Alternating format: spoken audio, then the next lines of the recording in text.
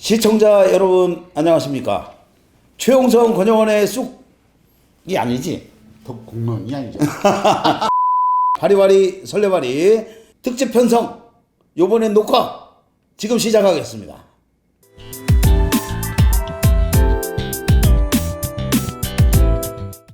네, 바리바리 설레바리 성남시장 전략공천에 대해서 화가 난 1인이 저희 바리바리 설레바리를 방문해 주셨습니다. 바로 최용성 기자님 나오셨습니다. 안녕하세요. 성남데일리의 주영선입니다. 네. 예전에 우리가 숙덕공론 진행했었는데 오늘은 설레발이네요. 저는 오늘 특별 출연이고요. 그건 제가 얘기해야 되는 거예요. 어제 민주당의 성남시장 후보가 전략공천 됐는데 그 부분에 대해서 심각한 문제가 있다 이런 생각이 들어서 오늘 특별히 제가 초청에 응했습니다. 네, 저희가 초청한 게 아니고 자기 발로 왔습니다. 우리 지금 나가고 있는 굿타임즈의 김 대표가 네. 정중하게 여러 차례 19초를 해서 제가 나왔습니다. 네, 이거 제가 나중에 확인시켜 드리도록 하겠습니다. 우리 추 기자님이 민주당 성남시장 전략공천에 대해서 문제점이 많다. 지금 아주 그냥 촬영 시작 전부터 네. 아주 그냥 크게 아주 강력하게 말씀하셨어요. 어떤 문제점이 있는 거예요, 도대체? 이해할 수 없는 공천이다. 한마디로 말씀드리면 민주당이 이 성남시장 후보에 대해서 네네. 넘어서는 안 되는 선을 넘었다. 네네. 그리고 이거는 성남시장 전략 공천이 아니고 네. 무전략 공천이다. 네. 공천이 아니고 사천이다. 네. 이런 평가를 내릴 수가 있겠고 네네. 우리가 끈 떨어진 연이 달에 도착하고자 하는 그런 무모함, 무도함이 있다. 그렇게 봅니다. 아, 오늘 말씀이 굉장히 이렇게 강력하게 말씀을 하시는데 말이죠. 그 전에 우리 이강철 기자님이 같이 진행을 했거든요. 네네. 네. 그때 우리 이강철 기자님도 굉장히 흥분을 하셨어요. 예? 그런데 지금 우리 최용석 기자님도 굉장히 흥분을 하시는데 우리 시민의 한 사람으로서 또 기자의 한 명으로서 흥분을 하는 거 아니겠습니까? 그렇죠. 이게 기자이기 전에 성남시를 사랑하고 성남 시민을 사랑하는 마음, 그 마음이 앞서고 우선이겠죠. 네. 그러면은 이 주변에 시민들의 평가도 있을 거 아니에요. 이 현재 후보 중에서 네. 부족함이 있더라도 경험과 능력을 발휘하고 또 그동안에 성남을 위해서 일했던 분들이 많이 있지 않습니까? 네네. 지금 이번 지방선거는 네네. 성남시장은 이제 성남을 아는 사람이 또 성남 사람을 아는 사람들이 이렇게 해야 되는 시기가 왔다. 그 시기가 성남시 50년이거든요. 50년 역사의 최초의 도로했음에도 불구하고 기존의 후보들을 경선시키지 않고 일방적으로 커튼 속에서 블라인드 속에서 알지도 못한 사람을 공천했다. 이거는 민주당이 가지고 있는 기본적인 공정성 이런 부분에 비추어서 성남을 굉장히 무시했다. 계속 말씀드리지만 잘못된 것이다. 이번 선거는 그 결과를 뻔히 예측할 수 있는 상황으로 전개되고 있다. 그렇게 볼 수밖에 없다. 이것이 일반적인 시민들의 평가고요. 저 개인적으로도 이거는 굉장히 문제가 있다. 부당성이 있다. 굉장히 향후에 성남시 발전에 걸림돌이 되는 그런 상황이지 않나 이렇게 평가를 해봅니다. 아니 그 기존 후보들이 어떻게 생각하냐 이것도 중요한 거 아니겠습니까?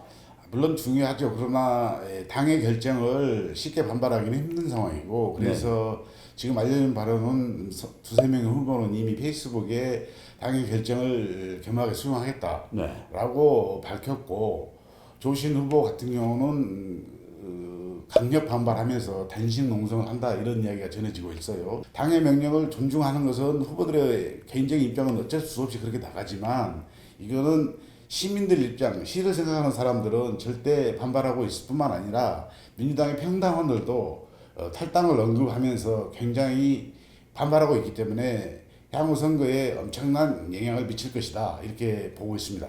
네.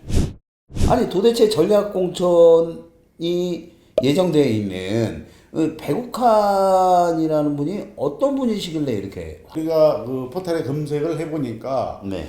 뭐 여러 가지 이 경제 관료로서 활동을 했고 네네. 그리고 또 뭐 경제부시장도 했고 또 네. 이재명 대선 후보와 인연이 있는지는 모르더라도 경기도 경제과학진흥원에서 네. 뭐 이사장을 했고 다양한 경력들을 갖췄더라고요. 네. 정치지 경제 관료거든요. 이런 분들은 물론 이 시장이 되면 잘할 수 있겠죠. 경제도 알고 전문성도 있기 때문에. 네네. 그러나 시민들의 선택을 받는 민선 시대잖아요. 네네, 그렇습니다. 이런 분들은 만약에 이 임명직으로 예전처럼 임명직으로 시장을 하면 잘할 수 있지만 네. 과연 시민이 동의하고 민주당을 사랑하는 사람들이 동의해서 후보가 되지 않은 상태에서 당선이 되겠느냐.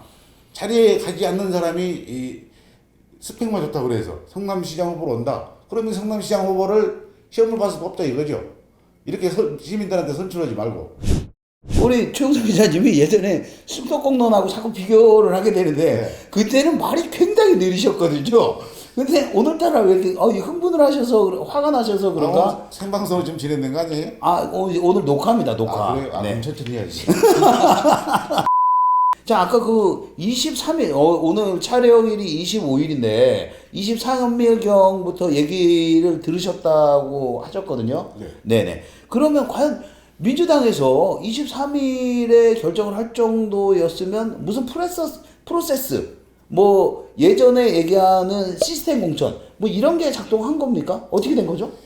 그러니까 잘 알려진 것처럼 이제 예비후보가 있는 상태에서 분당을의 김병욱 국회의원이 네네. 출마를 하느냐 안 하느냐 이런 사랑설레가 많이 있었지 않습니까? 네네. 그리고 사실 실제적으로 제가 알아본 바에 의하면 김병욱 의원도 출마를 하겠다 네. 이런 생각을 가지고 여러 경로로 이야기를 좀 한 게 있었어요. 네.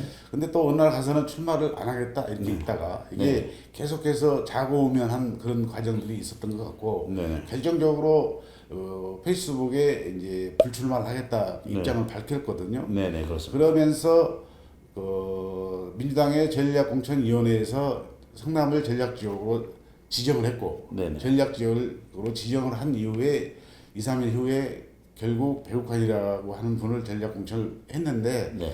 그 전에 이제 뭐 나름대로 후보 검증을 하고 뭐 이렇게 했다고 그래요. 예. 후보 검증을 하면서 이분이 적당하다 이렇게 해서 공천했는지 모르지만 이 과정이 굉장히 불투명하다 이렇게 네. 보여지고 네네. 다 바뀔 수는 없는데 어느 정도 제가 파악을 해보니까 다 바뀔 수는 없지만 이런 데서 좀 밝혀주셔야 되는 거 아니에요? 누군가가 추천을 하고 네. 또 누군가가 동의를 하면서 네. 결국은 이 사람으로 전격적으로 발표를 한 네. 그런 상황이다 이렇게 보여요.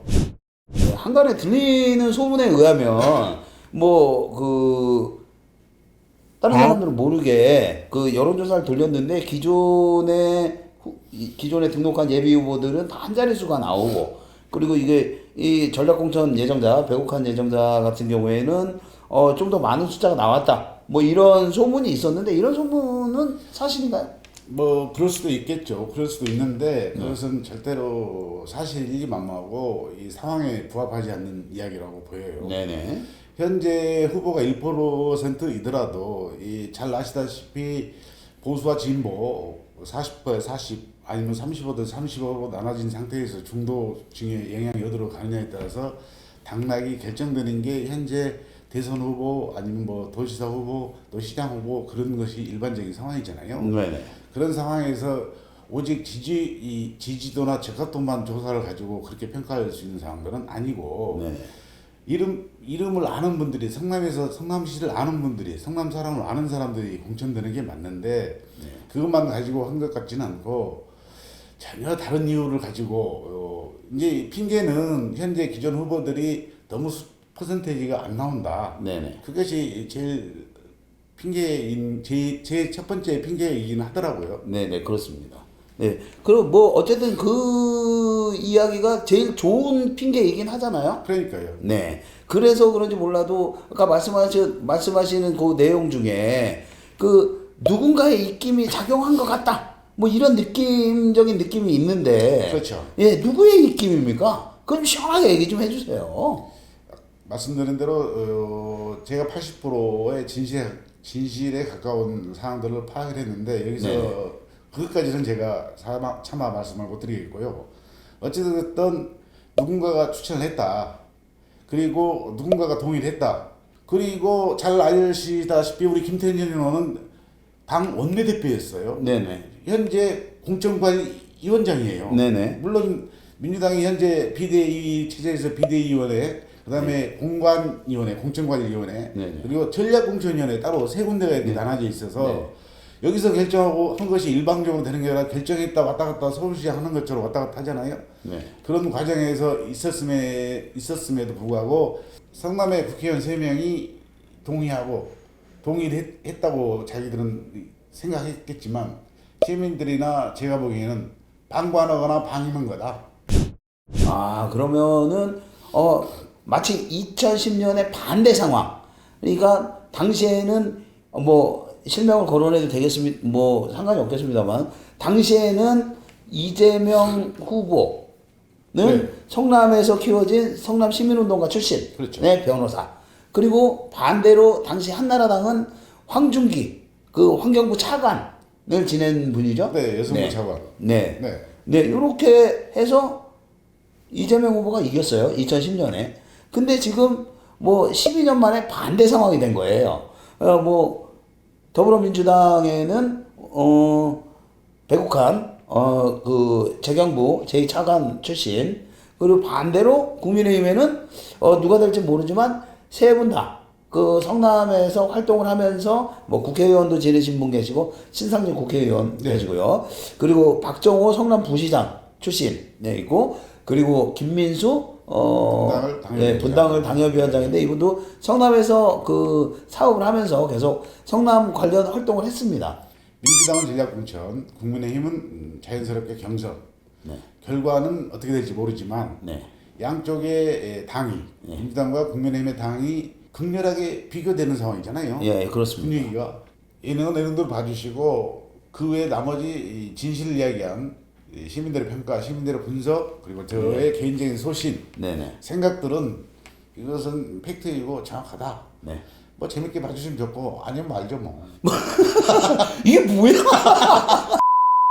자, 현재 더불어민주당 성남시장 예비후보 전략공천 때문에 성남시가 뜨겁게 달구어져 있는 상황입니다.